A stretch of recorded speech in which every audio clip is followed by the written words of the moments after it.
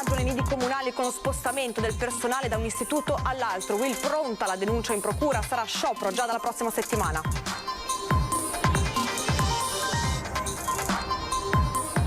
Ha rifiutato tutte le cure ed è morto di coronavirus a 70 anni al Covid Hospital di Jesolo. Il drammatico racconto di quelle ore rivissute dal direttore sanitario della struttura.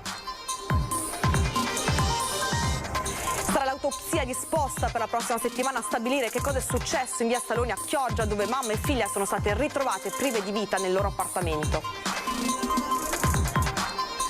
3 i raid delle rapine soltanto nelle ultime 24 ore a Mestre. Nella notte 9 assalti in via Ancona, rapina armata al Tigotà alle 3 del pomeriggio. Indaga la polizia. È giallo sulla scomparsa di ritrovamento lampo del tabernacolo in Calle Emo al Cannareggio. Proteggeva la statua in pietra d'Istria di un Cristo crocifisso del 300. Sversamento di idrocarburi nella laguna di Chioggia da un misterioso peschereccio semiaffondato. La scoperta del relitto dai baschi verdi della Guardia di Finanza. Taglio del nastro a Mestre per il nuovo mercato agricolo al Parco Albanese di via Bissuola. 15 banchetti per il mercato settimanale del sabato aperto al mattino dalle ore 8 alle 12:30. Buonasera e bentornati in diretta. Questa è l'edizione di Venezia dei nostri telegiornali. Come vi abbiamo raccontato nei titoli di apertura, i sindacati sono sul piede di guerra e non si escludono di rivolgersi alla Procura per la gestione dei protocolli anticontagio dei nidi nel comune di Venezia. Dai responsabili e rischiamo di fare veramente dei grandi focolai. Questo per cosa fare? Per risparmiare qualche soldo? Perché l'amministrazione comunale non sta nemmeno sostituendo, o ha sostituito in parte, il personale sospeso. Il segretario regionale della funzione pubblica Will Mario Ragno non esclude di rivolgersi anche all'autorità giudiziaria per il riscontro di eventuali violazioni penali sul rischio contagio che l'attuale gestione del personale nei nidi del comune di Venezia potrebbe comportare. Una gestione, la denuncia, in contrasto con i protocolli nazionali e regionali che prevedono la formazione di nuclei educativi stabili, vale a dire gruppi chiusi di bambini e personale senza contatti tra loro per limitare i danni di un'eventuale positività. Oggi il Comune di Venezia applica il ragionamento della sorveglianza attiva, per cui se tu maestra sei in una classe dove trovano dei positivi, quindi tu hai un contatto stretto, ti prendono e ti spostano e ti mandano in giro nel territorio, quindi un giorno vai alla scuola X, il giorno dopo vai alla scuola Y e il giorno dopo alla scuola Z. Quindi se poi esci positiva tu porti una carica virale all'interno di queste sezioni. La mancata sostituzione delle educatrici sospese e lo scarso numero di supplenti ha provocato un buco d'organico che ha reso necessari in pochi giorni diversi ordini di servizio di prolungamento del turno e che le educatrici insegnanti che hanno la classe sezione in isolamento, per cui sono state a stretto contatto con persone positive, vengano trasferite in altri plessi scolastici a fare le supplenti. Un'operazione che la UIL, pronta a dichiarare lo sciopero congiuntamente con la CGIL, ha definito una bomba ad orologeria. Magari bimbi che in questo momento si stanno ammalando molto, saranno asintomatici e infetteranno i loro genitori, magari i nonni, e rischiamo di fare veramente dei grandi focolai. Questo per cosa fare? Per risparmiare qualche soldo? Perché l'amministrazione comunale non sta nemmeno sostituendo, o ha sostituito in parte, il personale sospeso, quello non vaccinato e che è senza stipendio. Credo che sia dire che è una cosa dei responsabili, io credo di meritarmi il premio della bontà in quest'anno. Ha rifiutato tutte le cure ed è morto di coronavirus a 70 anni e Lucio Brolo, direttore del reparto malattie infettive del Covid Hospital di Jesolo, racconta come ci sono ancora pazienti che negano la malattia e rifiutano le cure. Abbiamo avuto un paziente purtroppo che ha rifiutato tutte le cure, anche di rianimazione, ha rifiutato l'intubazione, è venuto da noi, ha rifiutato anche la ventilazione non invasiva e purtroppo è deceduto nonostante tutti i tentativi che abbiamo fatto di curarlo e di fargli spiegare la necessità di certe cure. C'è chi non crede nell'esistenza del coronavirus e tantomeno nelle cure o nella sua prevenzione col vaccino. Anche nel Veneto orientale si contano diversi casi del genere, a volte dall'epilogo drammatico. Nel percorso terapeutico dell'ULS-4 intanto sono comparse le pillole anti-Covid. In pochi giorni sono state effettuate 21 terapie orali.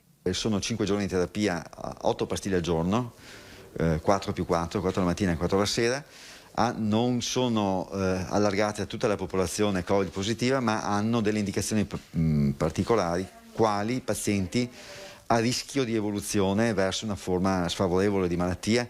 Ciò significa soprattutto pazienti obesi, cardiopatici e broncopneumopatici severi e diabetici scompensati per gli antivirali, mentre i monoclonali hanno le indicazioni anche per gli over 65.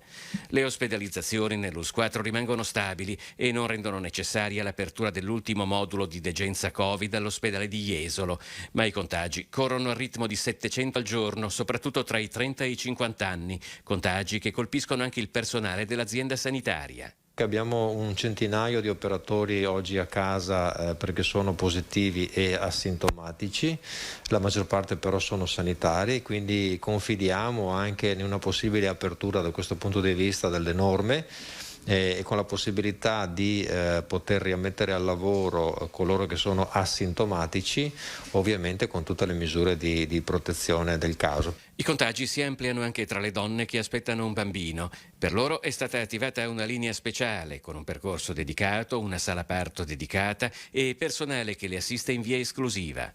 Abbiamo avuto 67 partorienti trattate con Covid positive, tutti i bambini di queste donne sono nati senza alcun problema, qualcuno era positivo ma si è ovviamente negativizzato dopo poco tempo.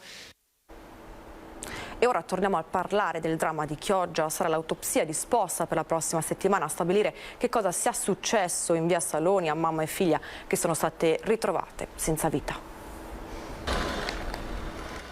Ancora da decidersi la data dei funerali per la tragedia della solitudine ribattezzata come il dramma ai Saloni di Chioggia.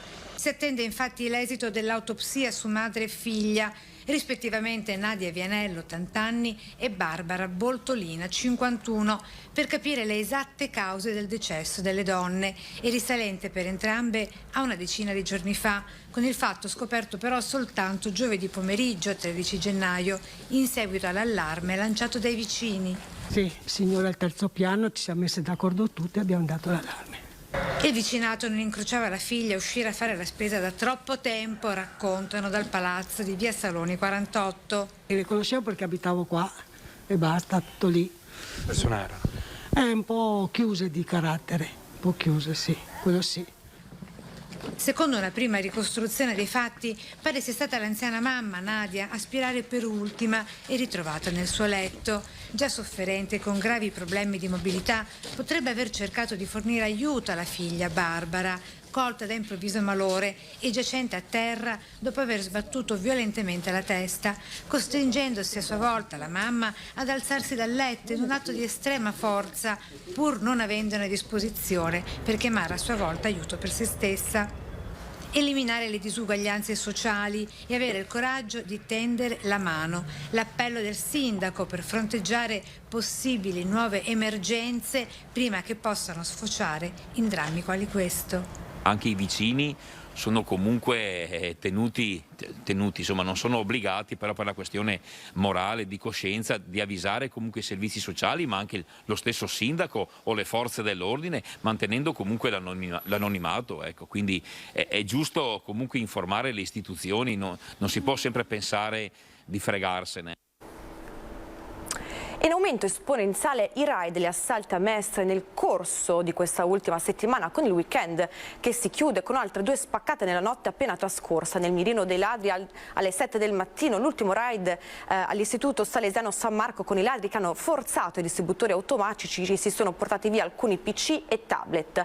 Poco prima l'assalto all'ennesimo ristorante di Viale Ancona verso le 3 del mattino, con i banditi in fuga con l'intero fondo cassa. Ieri pomeriggio la rapina armata col coltello da Tigotà in Viale Tasso, sempre a Mestre, alle 15, con la gente presente in negozio, con la cassiera che ha consegnato gli 800 euro presenti in cassa. Indagini in corso da parte della polizia, visionate le telecamere di videosorveglianza interna ed esterna per risalire ai responsabili, mentre la scientifica è giunta in sopralluogo per rilevare eventuali impronte digitali lasciate dai delinquenti.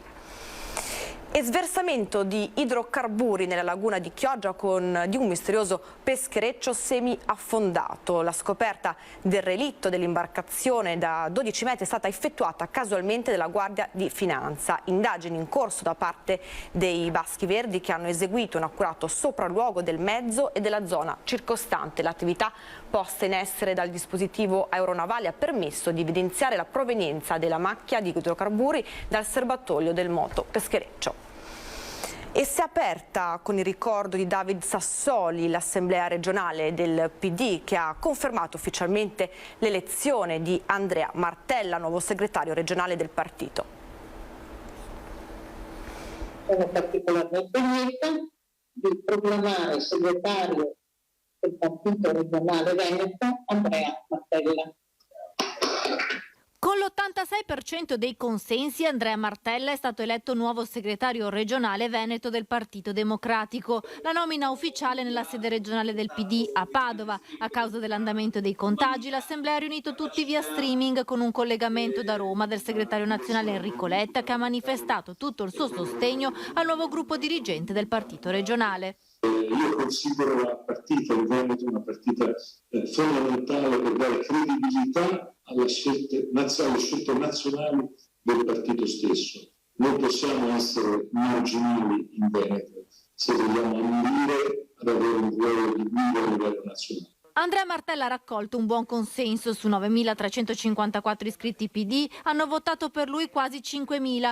Unico candidato dopo l'esclusione di Laura Puppato per alcune irregolarità nelle firme e che comunque siederà in direzione. Martella ha alle spalle 4 legislature da parlamentare ed è stato coordinatore della segreteria di Zingaretti. Da oggi davvero voglio che cominci una nuova storia per il PD del Veneto, quella di un partito unito, di cui si parli bene per le proposte che fa, di un partito che sappia rappresentare la società veneta, dimostrando di essere dalla parte dei veneti e sappia tornare ad essere un protagonista della politica in Veneto. Lo faremo con un lavoro incessante di proposte, di attività sul territorio, sui temi principali che andranno dall'autonomia a quelli relativi allo sviluppo economico e al lavoro. Questi temi centrali per tornare a dialogare e instaurare un forte legame con il territorio anche alla luce dei 2 impegni elettorali importanti, le prossime amministrative per Padova e Verona. Padova città da riconfermare con il sindaco Giordani e Verona da strappare al centrodestra. Ma Martella dovrà iniziare fin da subito a lavorare anche per le prossime regionali per trovare un candidato forte. Noi ci dovremmo far trovare pronti nel 2025, se necessario anche prima, e quindi da subito inizieremo a lavorare per mettere in campo, come ho detto, un nostro progetto alternativo a quello delle destre e alla Lega, e il nostro obiettivo è lavorare perché alle prossime elezioni regionali ci possa essere una svolta nel Veneto. Continua il ricordo di David Sassoli. Lo scorso lui era stato ospite d'onore a Venezia per la conferenza sui diritti umani. Questi alcuni momenti del suo intervento. Anche il Global Human Rights di San Nicolò, al Lido di Venezia, ha partecipato in questi giorni al grande cordoglio che ha suscitato la scomparsa del Presidente del Parlamento europeo, il giornalista David Maria Sassoli, che nel luglio scorso aveva partecipato in videocollegamento alla conferenza sui diritti umani organizzata in Laguna.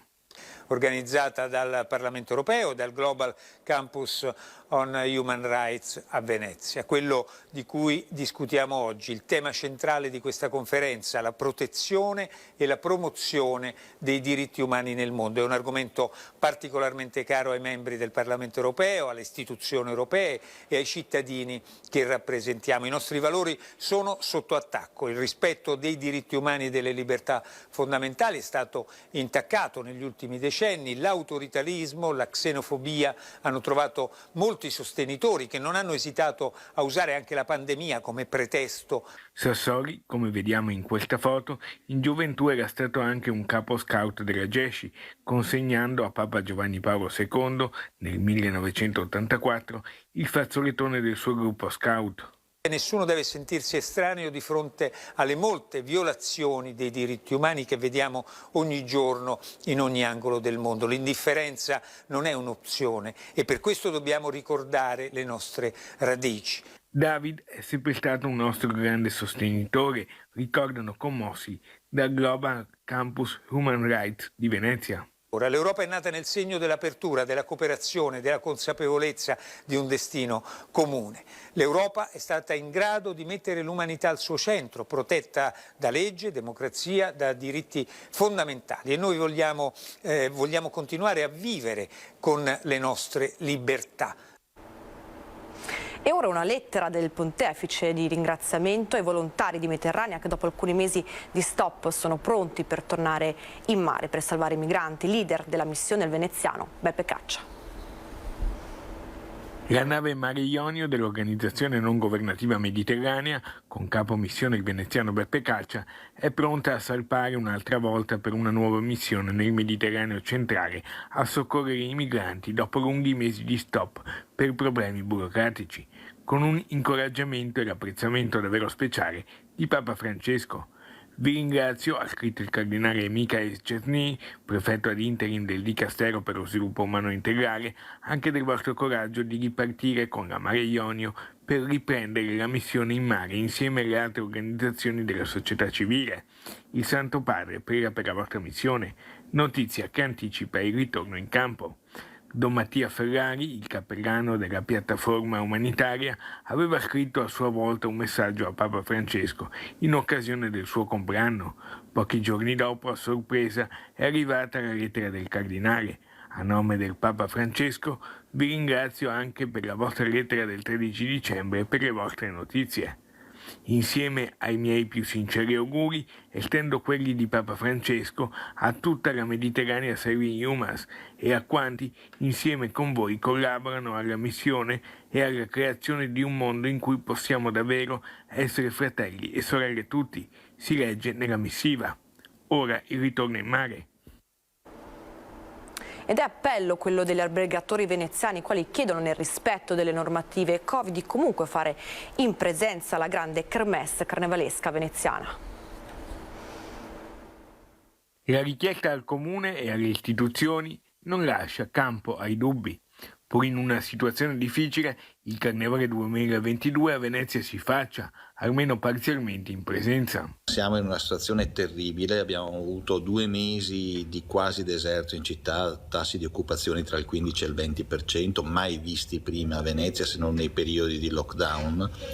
E l'unica maniera per uscire da questa situazione è recuperare la normalità, e recuperare la normalità significa fare il carnevale. Fare il carnevale ovviamente può significare anche che parzialmente sia fatto fisicamente e parzialmente fatto virtualmente. L'assessore comunale al turismo Simone Venturini su questo punto è ottimista. A Venezia il carnevale si farà, sarà ovviamente un carnevale diverso da quelli pre-pandemia. Eviteremo i grandi eventi di massa, San Marco non sarà ovviamente palcoscenico per alcune iniziative come il volo dell'angelo o altre cose a cui eravamo abituati appunto prima della pandemia, ma faremo comunque delle occasioni di manifestazioni, faremo comunque delle occasioni di eventi ovviamente nel rispetto delle disposizioni normative, ma soprattutto useremo il carnevale come momento per comunicare al mondo che Venezia c'è, Venezia è aperta, Venezia è ripartita e Venezia si prepara alla stagione estiva con molto entusiasmo. Quindi sarà un carnevale che guarderà molto al digitale, guarderà molto anche alla comunicazione all'estero. Scarpa però bussa ancora alla porta del governo, altrimenti ammonisce dietro l'angolo ci sarà la spada di Damocle dei licenziamenti. Abbiamo bisogno di una mano che ci aiuti a rialzarci, o ce l'ha dal governo o non riesco a capire chi altro potrebbe darcelo. Dobbiamo aspettare la cassa integrazione, ci aspettiamo la cassa integrazione, altrimenti partiranno i licenziamenti dei dipendenti, ci aspettiamo il blocco della seconda rata dell'IMU, ci aspettiamo il rinnovo del provvedimento sui crediti d'imposta per gli affitti, ci aspettiamo la moratoria sui mutui e un aiuto anche nel rapporto con le banche. E da oggi a Mestre un nuovo mercato. Vediamo il servizio.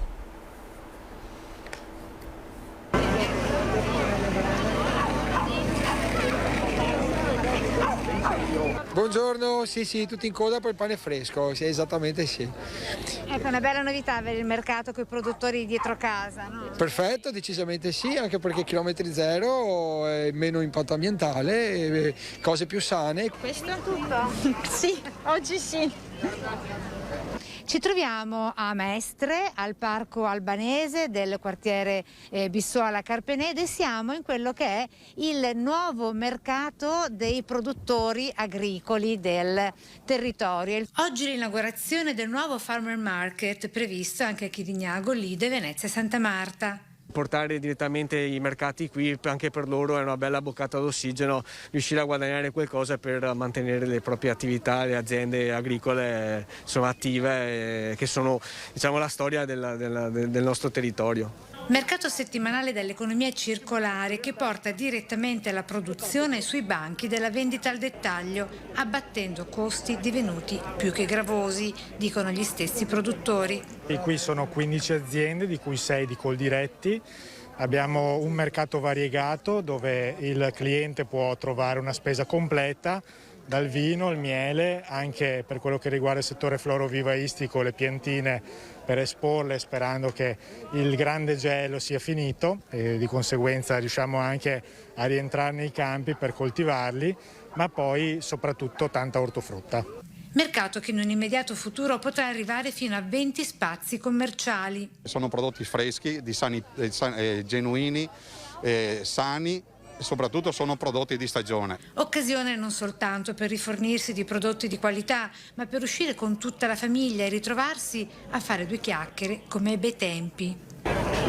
Assessore, anche lei qui a fare la spesa? Assolutamente, trovo che sia veramente un'occasione meravigliosa di prossimità. E questo è l'ultimo servizio, ora le previsioni meteo. Grazie per essere stati qui con noi.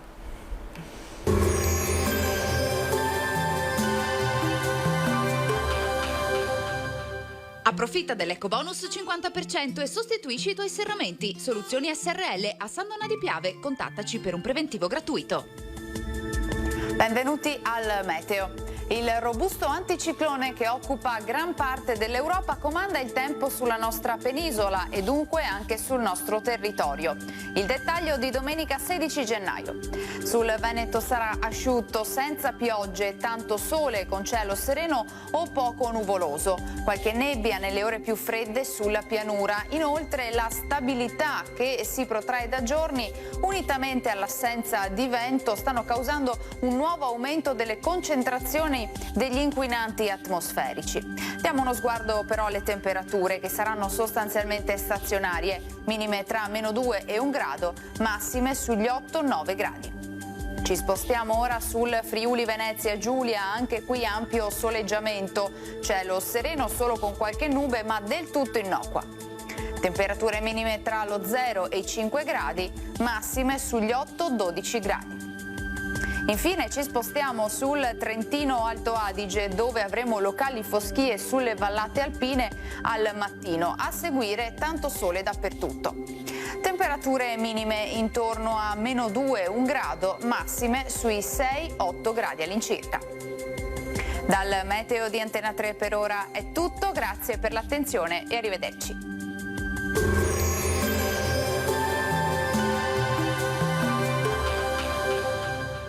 Approfitta dell'ecobonus 50% e sostituisci i tuoi serramenti. Soluzioni SRL a San Donà di Piave. Contattaci per un preventivo gratuito.